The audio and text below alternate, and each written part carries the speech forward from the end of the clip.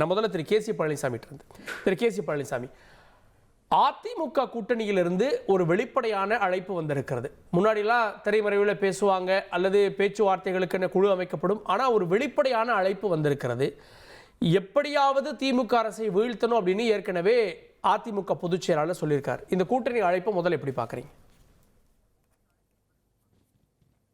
அதாவது எப்படியாவது திமுகவை வீழ்த்த வேண்டும் என்றால் கடந்த காலங்களில் எப்படி அதிமுக திமுகவை வீழ்த்தியது என்கிற வழியில் மட்டுமே அதிமுக பயணிக்க வேண்டும். 2016 தேர்தலில் முக்கோண போட்டி இருந்த போதும் கூட ஜெயலலிதா அம்மா அதிமுகவை தனித்து நின்று வழிநடத்தி மீண்டும் ஆட்சி கட்டிலில் தொடர்ச்சியாக இரண்டாவது முறையாக 10 ஆண்டுகள் தொடர்ந்து ஆளுகிற வகையில் இந்த இயக்கத்தை வழிநடத்தினார். அப்ப தாவேகாவை பாதுகாக்க வேண்டும் என்றால் அதிமுகவுக்கு வாங்கன்னா, நீங்க முதல்ல அதிமுகவையே இன்னும் பாதுகாக்கலையே. நீங்க தாவேகாவை பாதுகாக்கிறதுக்கு அவங்களுக்கு தெரியும், நீங்க முதல்ல அதிமுகவை பாதுகாக்கணும். இது சொல்றது எப்படி இருக்குன்னா, எங்களுக்கு ஸ்டாலினோட ஒரு அண்டர்ஸ்டாண்டிங் இருக்கு, எங்களுக்கு திமுகவால பெரிய ஆபத்தெல்லாம் வராது, நீங்க உங்களை பாதுகாக்கணும்னா நீங்க எங்க பக்கத்துல வந்துருங்க என்கிற இந்த அழைப்பு எடப்பாடி பழனிசாமியின் தலைமையினுடைய பலகீனம்.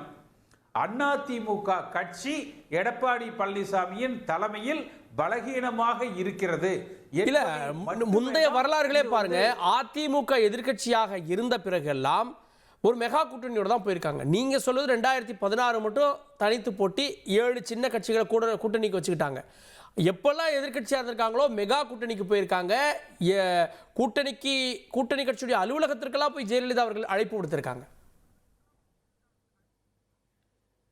அதாவது அதிமுக எதிர்கட்சியாக இருந்த காலத்தில் மற்ற கட்சிகள் அதிமுகவை தேடி கூட்டணிக்காக வந்திருக்கிறாங்க.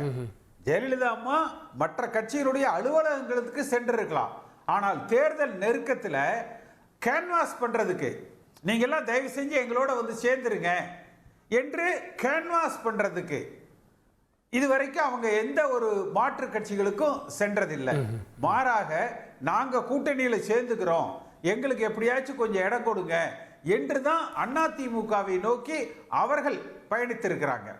அடுத்து ஒரு விஷயம், எடப்பாடி பழனிசாமியை பொறுத்த வரைக்கும் திரு ஸ்டாலின் அவர்கள் எடப்பாடி பழனிசாமி தலைமை தொடர வேண்டும் என்று விரும்புகிறார். ஏன்னா அப்பதான் அவர் ஜெயிக்க முடியும்னு. 4.5 ஆண்டு காலம் ஆச்சு.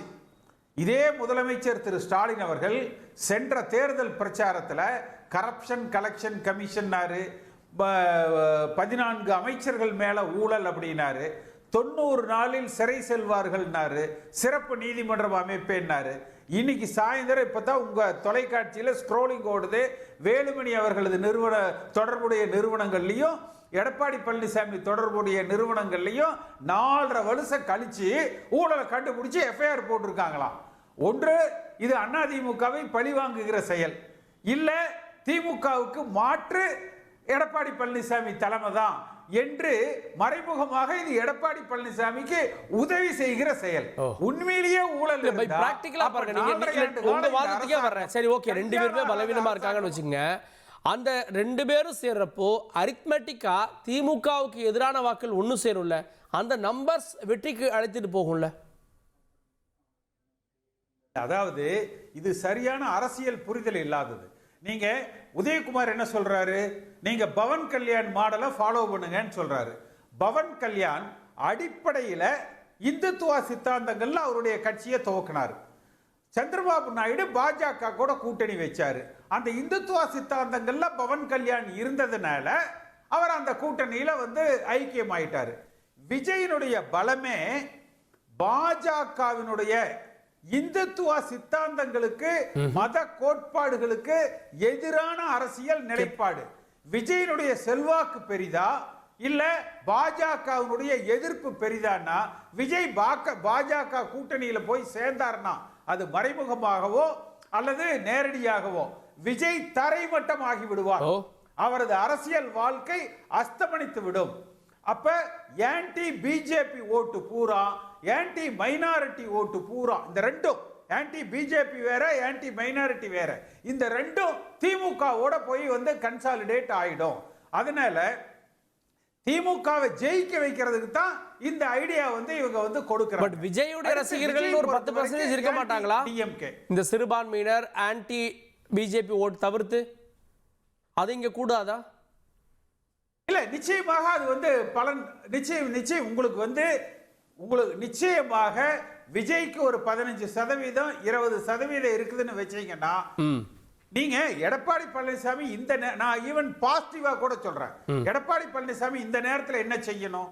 கரூர் விஷயத்துக்கு அப்புறம் விஜய் உங்களை கூப்பிட்டார உங்களை ஆதரிக்க சொல்லி. கரூர் விஷயத்துல முதல் நிலைப்பாடு எடப்பாடி பழனிசாமி சரியா எடுத்தார். விஜய் அவர்கள் இதுல பாடம் கற்றுக்கணும்னு சொல்லிட்டு, அடுத்து நம்ம என்ன சொல்லணும்?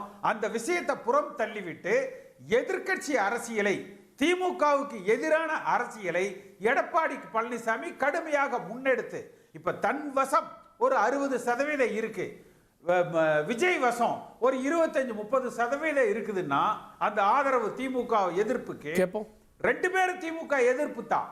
ஆனால் ஒரு எதிர்ப்பு மட்டும்தான் வெற்றி பெறும், இன்னொரு எதிர்ப்பு வந்து சிங்கிள் டிஜிட்ல போயிடும். அப்ப எடப்பாடி பழனிசாமி தன்னை வலுப்படுத்துவதில், அதிமுக கட்சியை வலுப்படுத்துவதில், அதிமுக கட்சியை ஒன்றுபடுத்துவதில், ஒரு வலிமையான அதிமுகவை கட்டமைப்பதில் அவர் முன்னேறி சென்றிருந்தால் ஒருவேளை விஜயே கூட அந்த அதிமுகவை தேடி வந்து வந்திருக்கிறார். மாறாக இவர் என்ன சொன்னாரு? விஜய்க்கு ஊதுகுழலை போல விஜயனுடைய பிரச்சார பீரங்கியாக எடப்பாடி பழனிசாமி செயல்படுகிறார். விஜய்க்கு நல்லது, அவர் தன் பலத்தை உயர்த்தி கொள்வார், ஆனால் அதிமுக பலகீனப்படுகிறது. கேட்போம். நான் திரு ரவிராஜாட்ட, அதிமுக வெளிப்படையாக அழைப்பு விடுப்பது அப்படின்றது ஒரு பலவீனத்தை காட்டலையா? நீங்க வந்து அதிமுக தலைமைத்துவம் இதெல்லாம் இப்ப கேள்விக்குறாங்களையான்னு திரு கேசிபி கேட்கிறார். அவர் உதயகுமார் அவர்கள் சொல்லியிருக்கிறது வந்து தன்னுடைய சொந்த கருத்து, பொதுப்படையான கருத்து தான் சொல்லியிருக்காரு. கட்சியோட கருத்துன்னா, இப்போ எடப்பாடி அவர்கள் வந்து டைரெக்டாக வந்து அவருக்கு அழைப்பு விடுத்தாரா அப்படின்னு பார்த்தீங்கன்னா அந்த மாதிரி எதுவும் கிடையாது. அந்த மாதிரி எதுவும் அவரை கருத்துக்கு கட்சியில மாற்று கருத்தும் இல்லை மாற்று கருத்துங்கிறது, அதாவது அவருடைய கருத்து சூழி போடப்பட்டு விட்டதுன்னே வெளிப்படையா சொல்றாரு.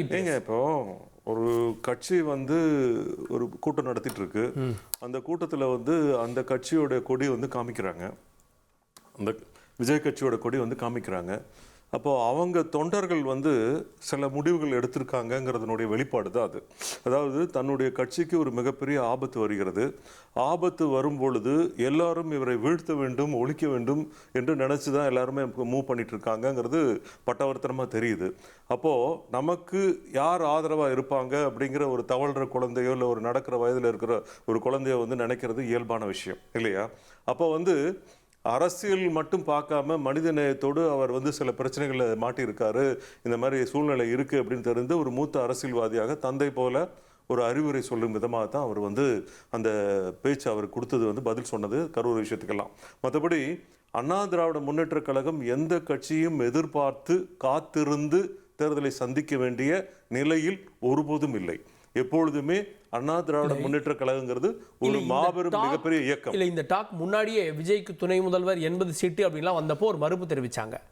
இப்போ 2வது முறையா வருது. இந்த கரூர் சம்பவத்தை வச்சு அரசியல் கணக்கு போடுறீங்களோன்னு முதலமைச்சரே கேட்கிறார். கூட்டணிக்கு முதலமைச்சர் கேள்வி எல்லாம் கேட்குறீங்களா? இல்ல, முதலமைச்சர் சட்டப்பேரவை நடக்கும் பொழுதே என்ன பேசுறாரு? சட்டப்பேரவையில் மக்கள் பிரச்சனையை பத்தி பேசாம எடப்பாடி பழனிசாமி அவர்கள் எதற்கு திடீரென்று டெல்லி சென்றார் அந்த பிரச்சனையை எழுப்புறாரு. 3 கார் ஏறி மாறி போனாரு, ஏன் 4 கார் ஏறி மாறி போனாரு? இந்த பிரச்சனைக்காக சட்டசபை கூட்டவில்லை. சட்டசபை கூட்டப்பட்டது மக்களுடைய பிரச்சனைகளை தீர்ப்பதற்காகவும், மக்களுக்கு நல்ல வாழ்க்கை கொடுப்பதற்காகவும், நல்ல எதிர்காலத்தை காட்டுவதற்காகவும், வழி வந்து நல்ல வழி காட்டுறதுக்காக தான் கூப்பிட்டுருக்காங்க. அப்போ அவர் அந்த பிரச்சனையை விட்டுட்டு அரசியலை நோக்கி போகிறார் என்றால் தன் மீது இருக்கக்கூடிய பிரச்சனைகள் வெளியே தெரியாமல் இருப்பதற்கும், வேறு ஒரு செய்தியை பரபரப்பாக்குவதற்கும், அதன் மூலமாக ஒரு டைவர்சிஃபிகேஷன் கொடுப்பதற்காக தான் அந்த செயலை செய்திருக்காரே தவிர அது வந்து சட்டசபையில பேச வேண்டிய விஷயமும் கிடையாது, அவசியம் கிடையாது, தேவையும் கிடையாது. நாங்க யாரோட கூட்டணி வைத்தால் அவருக்கு என்ன பிரச்சனை? கூட்டணிக்கான உள்நோக்கம் இருக்கு அப்படின்னு தான் முதலமைச்சர். இல்ல, நாங்க என்ன சொல்றோம், தெளிவா சொல்றோம். நாங்க வந்து 54வது ஆண்டுல அடி எடுத்து வைக்கிறோம். தொடர்ந்து 31 ஆண்டுகள் ஆண்டு இருக்கிறோம் தமிழகத்தை. 2 முறை 10 ஆண்டுகள் தொடர்ந்து ஆண்டு இருக்கிறோம் என்கிறது ஒவ்வொரு முறையும் தெளிவாக ஆணித்தரமாக சொல்கிறோம். இப்படிப்பட்ட ஒரு இயக்கம் யாரை நாடி வாழ வேண்டிய அவசியம் என்ன இருக்கிறது? அண்ணன் பழனிசாமி, இவர் எடப்பாடி, இவர் கேசி பழனிசாமி அவர்களும் அண்ணா திராவிட முன்னேற்ற கழகத்திலிருந்து தான் வந்து இன்னைக்கு ஒரு விஐபியா உட்காந்து இங்க முன்னாள் எம்பியா பேசிட்டு இருக்காரு. அவருக்கு இந்த அங்கீகாரத்தை கொடுத்தது அகில இந்திய அண்ணா திராவிட முன்னேற்ற கழகம் தான், வேற எந்த கட்சியும் கிடையாது. புரட்சி தலைவரால் அவர் வந்து தேர்ந்தெடுக்கப்பட்டார், சட்டமன்ற உறுப்பினரானார், நாடாளுமன்ற உறுப்பினரானால் இன்னைக்கு வந்து அதிமுக பேசுறாரா இல்லை எதிர்த்து பேசுறாரா, அது அவருடைய கருத்து. அதை வந்து மாறுபட்ட கருத்து நான் சொல்ல விரும்பல. நான் என்ன நினைக்கிறேன், அண்ணா திராவிட முன்னேற்ற கழகம் எந்த கட்சியிடமும் போய் கெஞ்சி கூத்தாடி ஆட்சி அமைக்க வேண்டிய நிலை எந்த நாளும் ஒருபொழுதும் ஏற்படாது.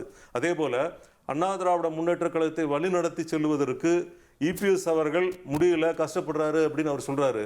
இபிஎஸ் அவர்களை தவிர வேறு யாரிடம் கொடுத்திருந்தாலும் இந்த நிலையில் கட்சியை மிக வலுவாக வைத்திருப்பதற்கு வாய்ப்பே இல்லை. அப்படிப்பட்ட முயற்சியை யார் எடுத்திருந்தாலும் அவர்கள் புறமுதுகு காட்டி ஓடி இருப்பார்கள். அதுதான் உண்மை. அவ்வளவு பிரச்சனைகளுக்கு நடுவுலையும் 33,000 போராட்டம் நடக்கும் பொழுது 4.5 வருட ஆண்டு காலம் வந்து ஆட்சியை சிறப்பாக கொண்டு சென்று கொரோனா காலங்களை வந்து கடந்து சென்று மிக சிறப்பாக ஆட்சி செய்து ஒரு முதலமைச்சர் திடீர்னு தான் ஒரு முதலமைச்சர் ஆகிறார். அவர் ஒன்றும் முதலமைச்சர் கேண்டிடேட்டா வந்து முதலமைச்சர் ஆகல. ஒரு தலைவர் இறக்கும் பொழுது அந்த இடத்தை நிரப்ப வேண்டிய இடத்துல எத்தனை பேர் முன் வந்து அந்த பதவி ஏற்பார்கள் என்றால் அந்த பதவிக்காகவும் பகட்டுக்காகவும் சொகுசுக்காகவும் வருவாங்க. ஆனா சுமைகளை சுமப்பதற்காக முள்கிரீடத்தை தலையில் ஏற்றுக்கொள்வதற்காக யார் வருவார்கள் என்றால் யாரும் வரமாட்டார்கள். பார்ப்பதற்கு பெரிய விஷயம் மாதிரி தெரியும், உள்ள போய் வேலை செஞ்சு அதை நடத்தி பார்த்தா தான் தெரியும். ஒரு கட்சியை நடத்துறது எவ்வளவு கஷ்டம்னு அந்த கேசி பழனிசாமி எனக்கு சொல்லிக் கொடுக்கணும்னு அவசியம் இல்லை, அவருக்கு நல்லாவே தெரியும். அவர் ஓபிசியும் பார்த்திருக்காரு, இபிசியும் பார்த்திருக்காரு, அம்மாவையும் பார்த்திருக்காரு, புரட்சி தலைவரையும் பார்த்திருக்காரு. அவர் இப்படி பேசுவது எனக்கு உண்மையிலேயே ஆச்சரியமாக இருக்கு. குறுக்கீடு மட்டும் அதாவது கட்சியினுடைய வலு என்றால் தேர்தலில் வெற்றி பெறுவது மட்டும்தான் கட்சியினுடைய வலு, தலைவருடைய வலு. எந்த தேர்தலிலும் வெற்றி பெறாத ஒருவர் வலுவானவர் என்று யாரும் பேச மாட்டாங்க. ஒன்று. இரண்டாவது, மனிதாபிமானத்தோடு நாங்கள் விஜயை அழைக்கிறோம்னா தேர்தல் வெற்றி உங்களுக்கு முக்கியமா? விஜய் என்ன உங்க மாமா மச்சானா? போய் நீங்க தனியா மனிதாபிமானத்தோட கொஞ்சம் கொலாவுங்க. நாங்கள் அரசியல் வியாபாரம் செய்ய வரவில்லை. நாங்கள் அரசியல் வியாபாரம் செய்யவில்லை. முதலில் ஒரு அரசியல் கட்சிக்கு மனிதநேயம் தேவை. மக்களை காப்பதற்கு மனிதநேயமாக இருக்கிறவர்கள் தான் தலைவர்களாக வர முடியும். வியாபாரம் செய்வதற்கோ இங்க கடை விரிப்பதற்கோ யாரும் வரவில்லை. அதற்கு தினகரன் இருக்கிறார், சசிகலா இருக்கிறாங்க, இன்னும் மீதி இருக்கிறவங்க இருக்காங்க. அவங்க கிட்ட இதை பேசுங்க. அண்ணா திராவிட முன்னேற்ற கழகம் வந்து மனிதநேயத்தோடு செயல்படும் என்பது புரட்சி தலைவர் வகுத்த விதியில அதுவும் ஒண்ணு மாதிரிதான். மக்களுக்காக தான் கட்சி, ஆட்சி பிடிக்கணுங்கிறதுக்காக கட்சிங்கிறது இரண்டாம் பட்சம் தான். மக்களுக்கு என்ன தேவையோ அதை செய்ய வேண்டும்.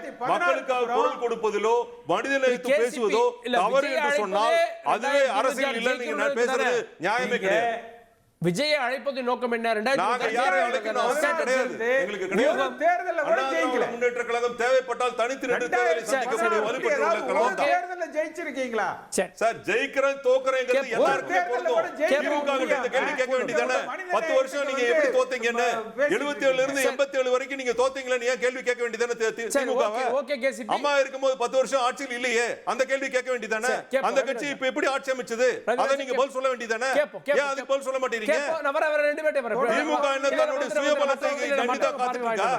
எத்தனை பேர் கூட வச்சுக்கிட்டு கூட்டணி வச்சு இன்னைக்கு ஆட்சி பிடிச்சு மறுக்க முடியுமா? என்னமா திமுக சுயபலத்துல ஜெயிச்ச மாதிரி நீங்க பேசிட்டு இருக்கீங்க?